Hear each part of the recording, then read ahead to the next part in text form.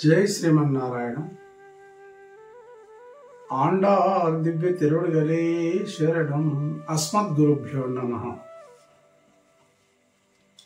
నేడు 13వ పాశురంలోకి మనం వెళ్తున్నాం. 13వ పాశురంను మనం అనుసంధానించుకుందాం. புல்லின் வாய் கீண்டானை பொல்லா அரக்கனை கிள்ளிக்கலந்தனை கீர்த்திமை பாடிப்போய் பிள்ளைகள் எல்லாரும் பாவை களம் புக்கார் வெள்ளி எழுந்து வியங்கு முரஞ்சிற்று பொள்ளும் சிலிம்பினகான் போதரிக்கனினாய் குல்ல குளிர குடைந்த நீராடே பள்ளிக்கிடத்தியோய் பாவாய் நீ நன்னாளால் கள்ளம் தவிரிந்து கலந்தே లోరెంబావాయ్. నేటి పాశురంలో బకాసురుడి డంబమడిచిన దామోదరుని గురించి వర్ణిస్తాం. అట్లాగే శ్రీరాముడి గురించి కూడా మనం ఇక్కడ వర్ణిస్తాం. ఎలా అంటే ఇక్కడ వ్యతిరేక అవస్థ దిశలో ఉన్నది. అంటే తన్ను తాను రక్షించుకుంటూ తనను గుర్తించే వారిని భగవంతుడు శిరస్పై దర్శిస్తాడని ఈమె ప్రగాఢ విశ్వాసం. ఏ ప్రయత్నం లేకనే స్వామిని పొందుటకై ఆతృత కలిగిన గోపిక ఈరోజు గోపిక. నిన్నటి పాశంలో మనము ఒక గోపికను తీసుకొని ఈ బృందంలోకి వచ్చేటప్పుడు ఈ బృందంలో రాముడి పాటలు కొందరు, కృష్ణుని పాటలు కొందరు వేరువేరుగా పాడుతూ ఉన్నారు.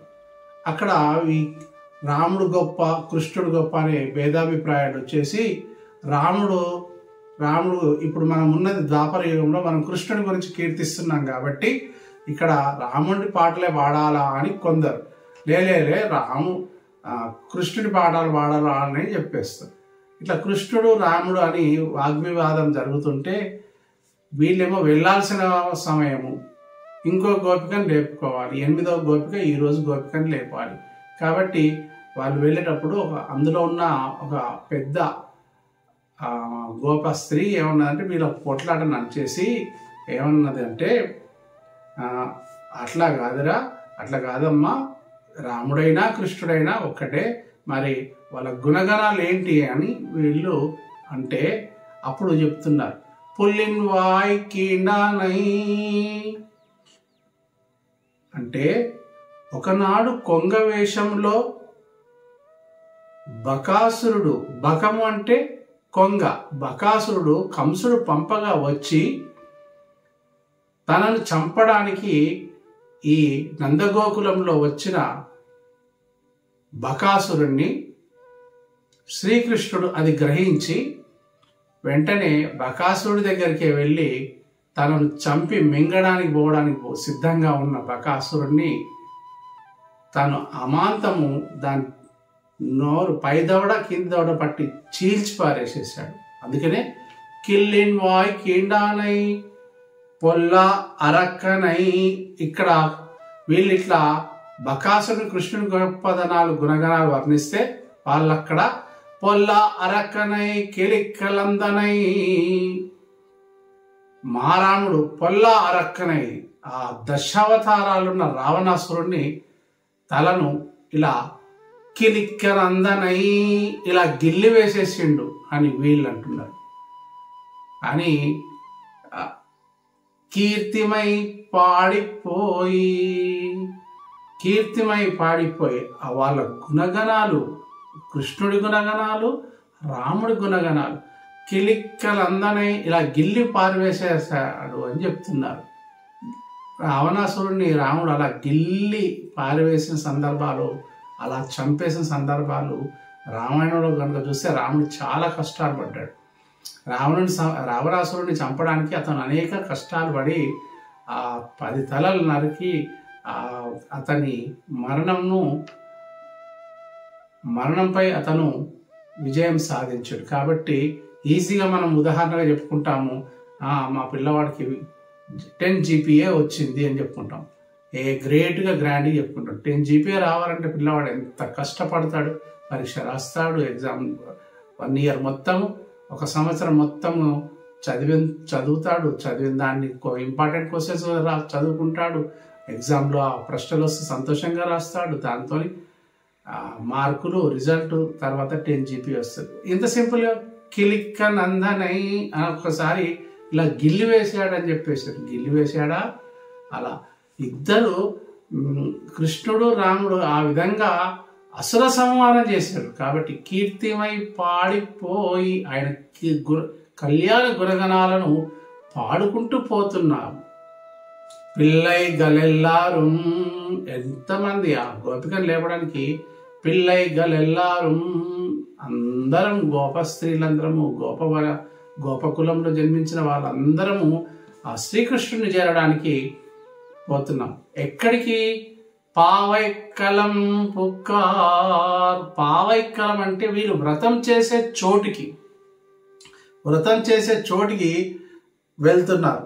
అంటే లోపలున్న గోపిక ఏమంటుందంటే, వెళ్తే వెళ్ళండి, మరి నాకేం పని, నేను పడుకున్నాను, నేను ఒక ఆనందంలో ఉన్నాను, ఆత్మానందంలో ఉన్నాను, నాకేమీ వద్దు, నేను దేని గురించి ఆలోచించలేదని అంటే, ఇంకా గుర్తులు ఏం చెప్తున్నారు? మన గోదమ్మ తల్లి ఇంకేం గుర్తులు చెప్తుంది? వెళ్ళి ఎలుందు శుక్రుడు ఉదయించాడు, శుక్రగ్రహం ఉదయించింది, కనిపిస్తుంది. వెళ్ళి ఎజుందు వియలాం మురం జిట్rum. శుక్రుడు ఉదయించాడు, గురుడు అస్తమిస్తున్నాడు. బృహస్పతి దేవతలకు అధిపతి, దేవతల గురువు. శుక్రాచార్యుడు రాక్షసులకు గురువు. అంటే ఇక్కడ బృహస్పతి తూర్పు వైపున, శుక్రగ్రహము పడమర వైపున ఉంటుంది. మీరు వేకోజామున 4 గంటలు కనుక లేచి చూసినట్టయితే ఈ గ్రహాలు మీకు కనిపిస్తాయి చుక్కల రూపంలో, నక్షత్ర రూపంలో.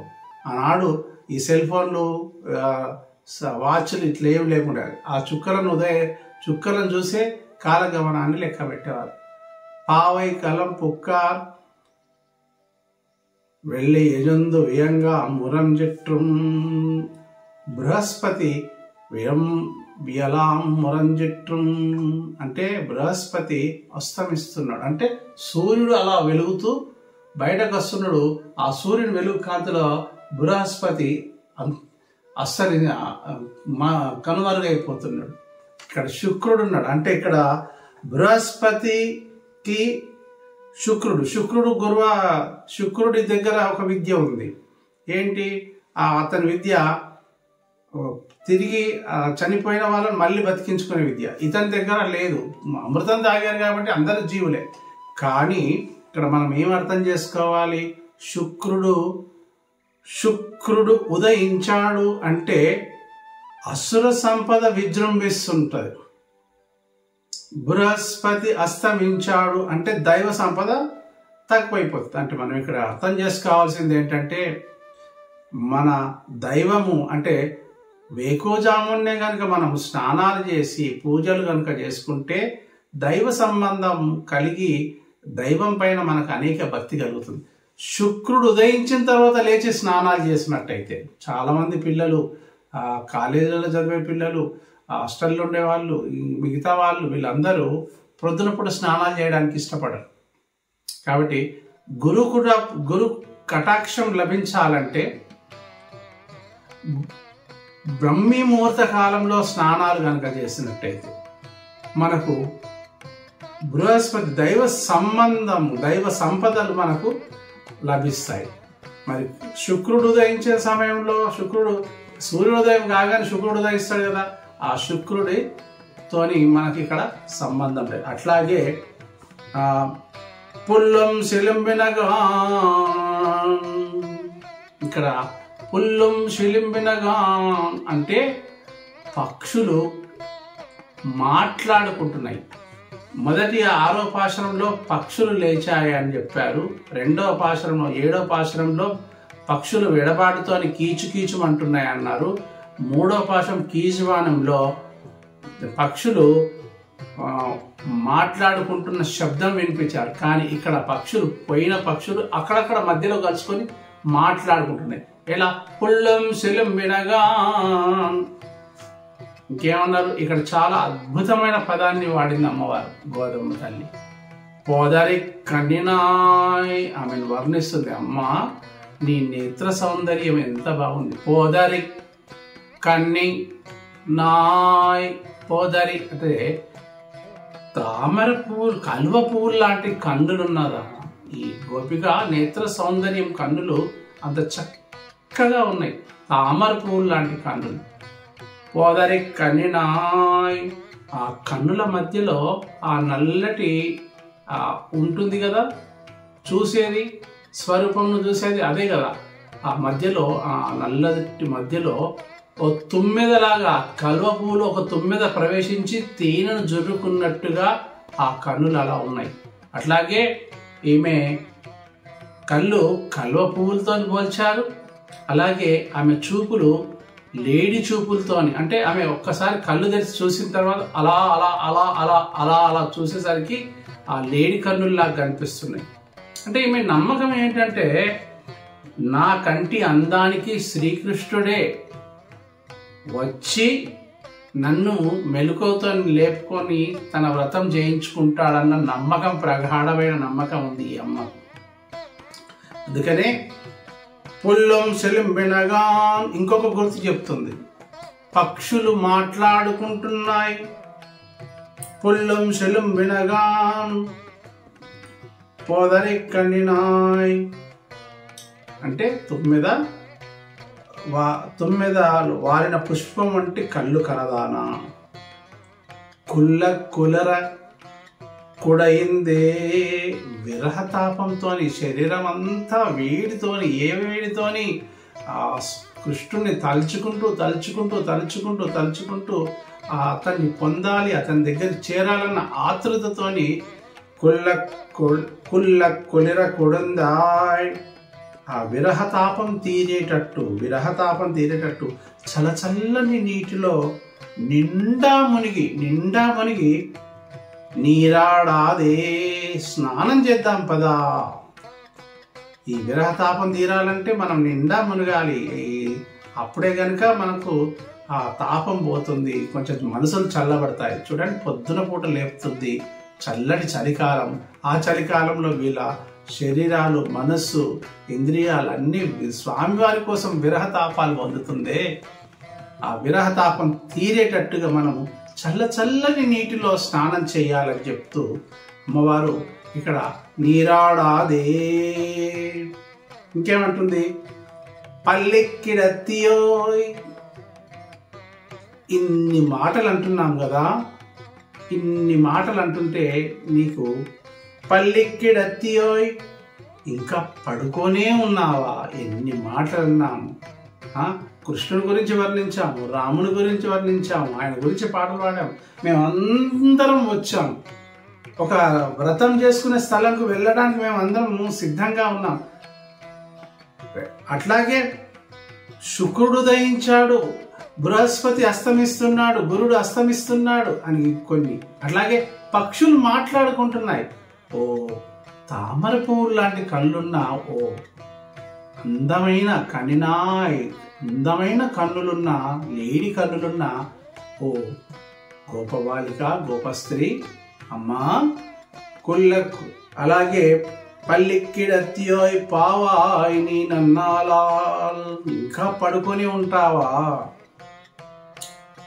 పావాయ్ నీ నిండుతనము కలిగిన దానివి, ముగ్ధత కలిగిన దానివి, నిండుగా ఉన్న పరిపూర్ణురాలివి నువ్వు పడుకుంటే నీ నన్నాలా, ఇది సమయం కాదు, నువ్వు ఇలా పడుకోవడం ఇది సరి అయిన సమయం కాదు అంటూ సమయం దాటిపోతుంది, సమయం మళ్ళీ తిరిగి రాదు.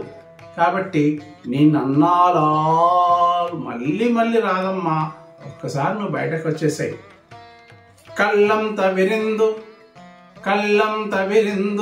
అంటే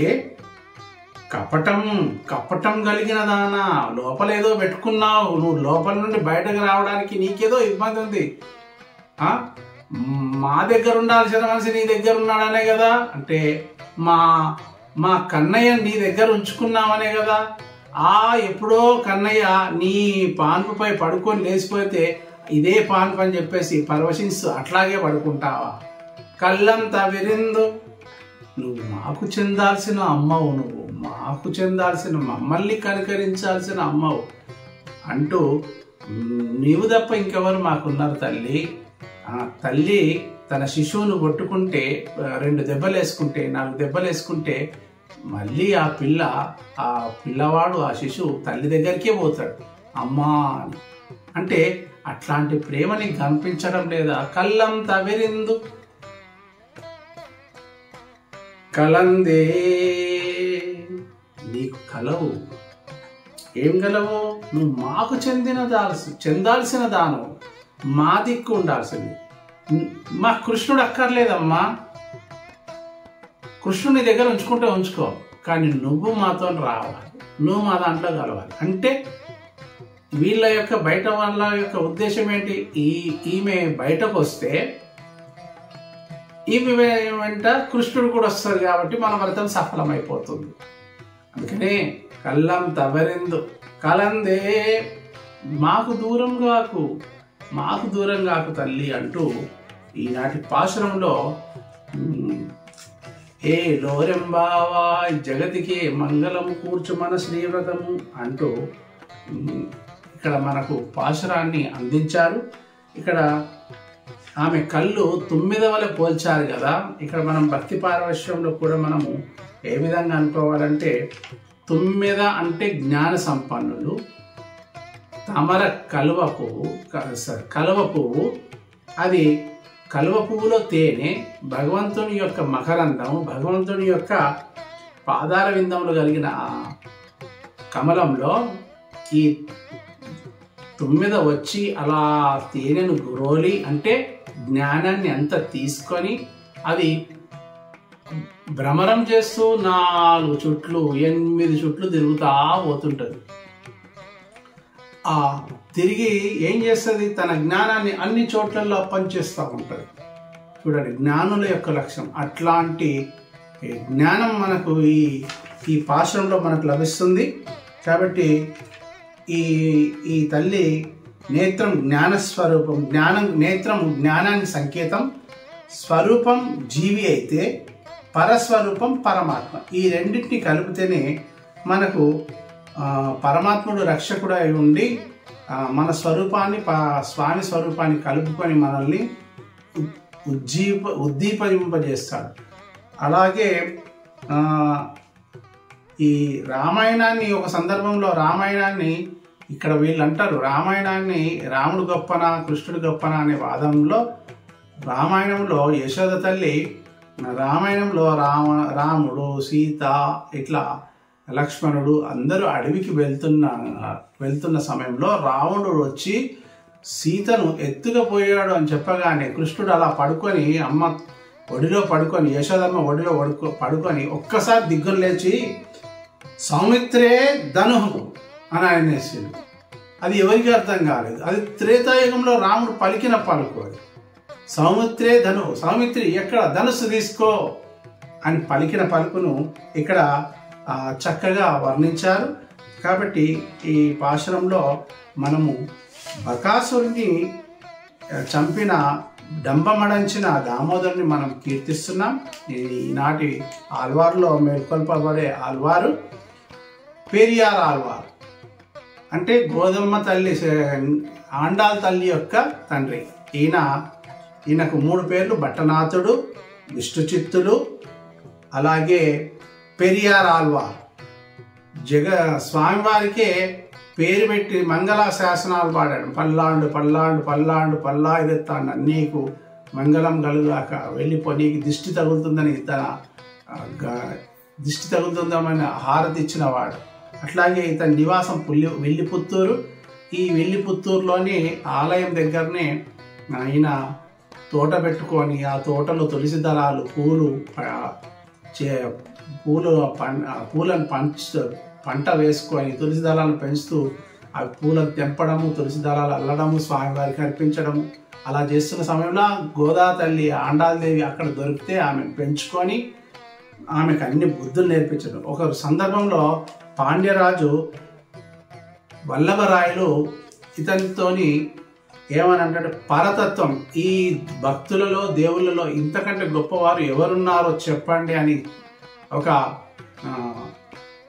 గట్టిగా తను ఛాలెంజ్ లాగా వేస్తాడు. అప్పుడు ఈ పరతత్వంను తెలపడానికి మన విష్ణు చిత్తుల వారు వెళ్ళి పరతత్వం గురించి వర్ణిస్తుంటే అతను ఆ వర్ణనలో ఓడిపోయి అతని పాదాల మీద ప్రణమిల్లి విష్ణు ఒక్కడే విశ్వాంతరాలకు అని చెప్పేసి అతన్ని గజం మీద ఎక్కించి ఊరేగింపు చేస్తుంటే, నా భక్తుడికి అంత గొప్ప సన్మానం జరుగుతుందని గరుత్మంతునిపై స్వామివారు లక్ష్మీదేవి సమేతుడై అలా వచ్చేసి అతనికి దర్శనం ఇచ్చేస్తే అందరూ ఆ రోజు ఆ వల్లభరాయ దేవస్థానంలో ఉన్న ప్రజలు, మన ఆళ్వారు అందరూ దర్శనం చేసుకుంటే అందరూ చేతులెత్తి మొక్కుతుంటే, అప్పుడు ఆ గజం మీద నుండి అతను మంగళారతి ఇస్తూ గంట వాయిస్తూ పల్లాండు పల్లాండు పల్లాయిరత్తాండు అంటూ నీకు శుభం కలుగాక, నీకు దిష్టి తగులుతుందేమో, వెళ్ళిపో వెళ్ళిపో వెళ్ళిపో అని